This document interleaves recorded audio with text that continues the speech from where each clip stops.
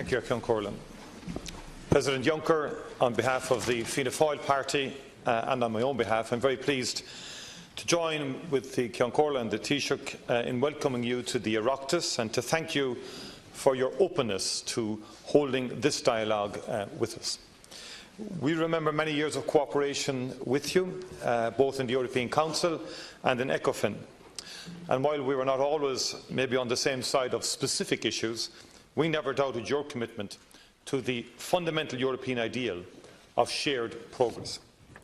Your background as a leader of a small nation, which has also struggled over many centuries to secure its sovereignty and identity, always demonstrated itself in what we saw as a sincere interest in Ireland and its concerns.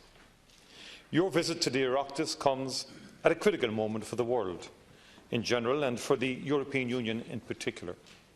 Dealing with the fallout of the Brexit vote is quite rightly the focus of your visit and our principal concern.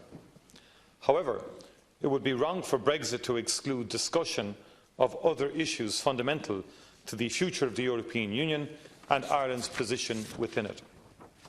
And in particular,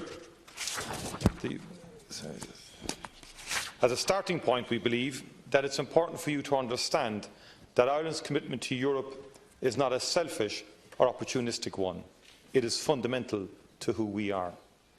In fact, the European context has been central to the very development of the democratic republicanism, which is the strongest political tradition on this island. At different points in our history, our link to Europe was the lifeline by which many distinct aspects of our culture were preserved. At every stage, the development of our struggle for independence was influenced by contemporary European ideas and events. Last weekend, the people of Wexford in the southeast commemorated a major battle which took place on this day 220 years ago.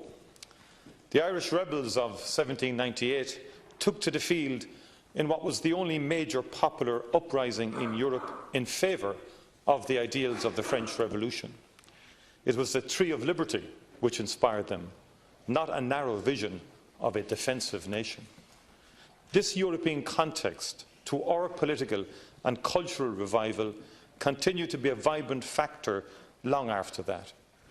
The generation which fought for our independence a century ago was also deeply international in its beliefs, and this state is one of the few in the world whose revolutionary founders insisted on the role of international law.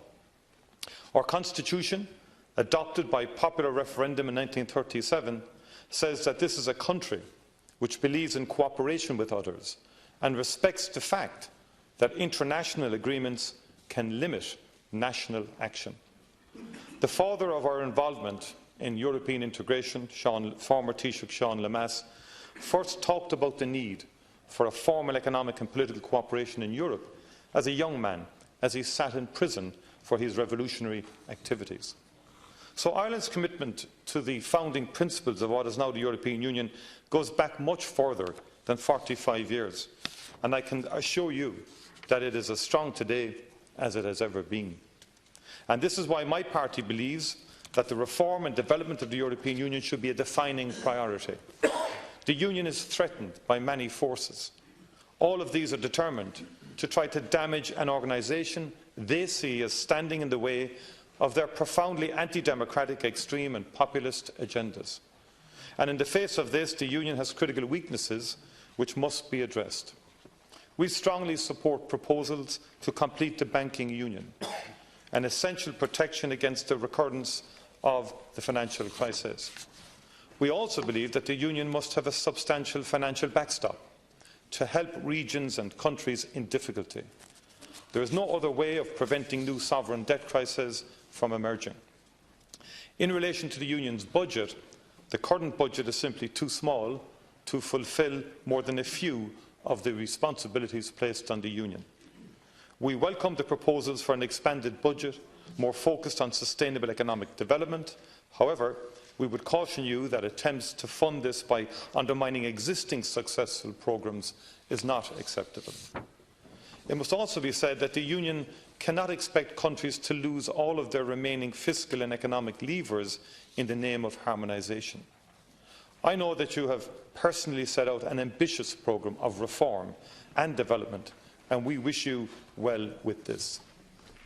Brexit is, at its heart, a challenge to the fundamental principle of solidarity within the Union. Britain has rejected the idea that it should submit to binding rules or recognise the benefits of compromise.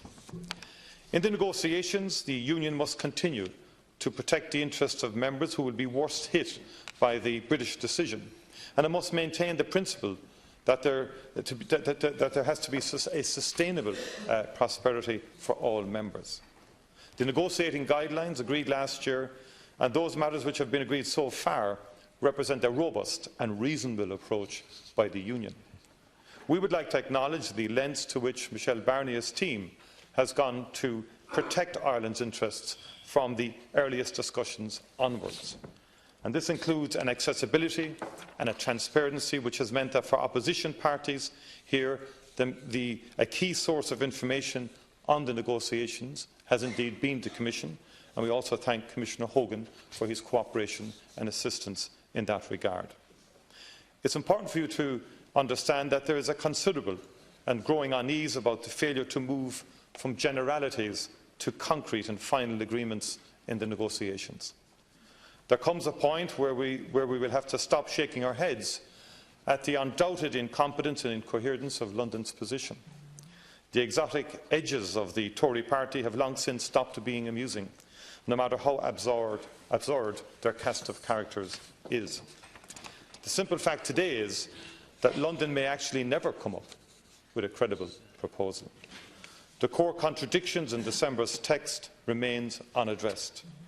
Prime Minister May's letter on this matter at the last summit simply restated that her government is in favour of both a soft border and not introducing any trade or other barriers within the United Kingdom.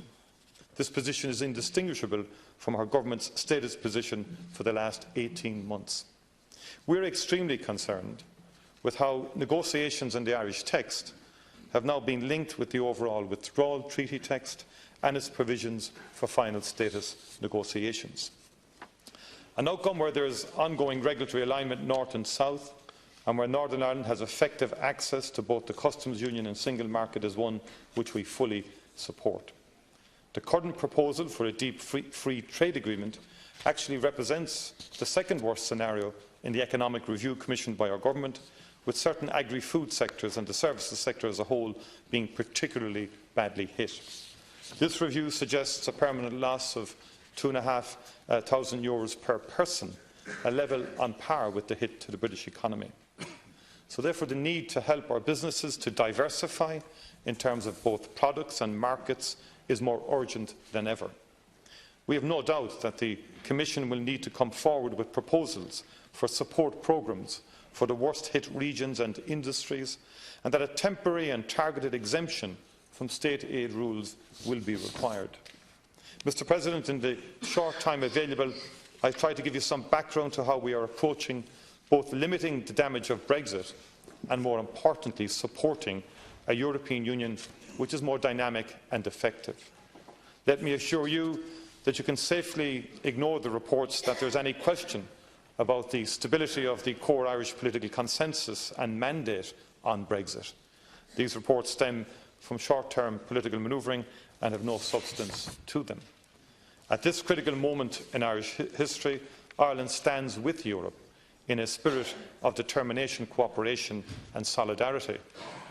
There is an enormous series of hurdles to overcome in the months and years ahead, but if we all show the necessary urgency and ambition, I have no doubt that the European Union can be as much a force for peace and progress in this century as it was in the last. So chum fear fáilte rót chuig our Parliament in nuv uachtarán son ábártaí agus mé féin agus táid fear bhíochtad as ach tacht chun láirtling agus chun éisteach ling mar aon sin. Gur míle maith agat.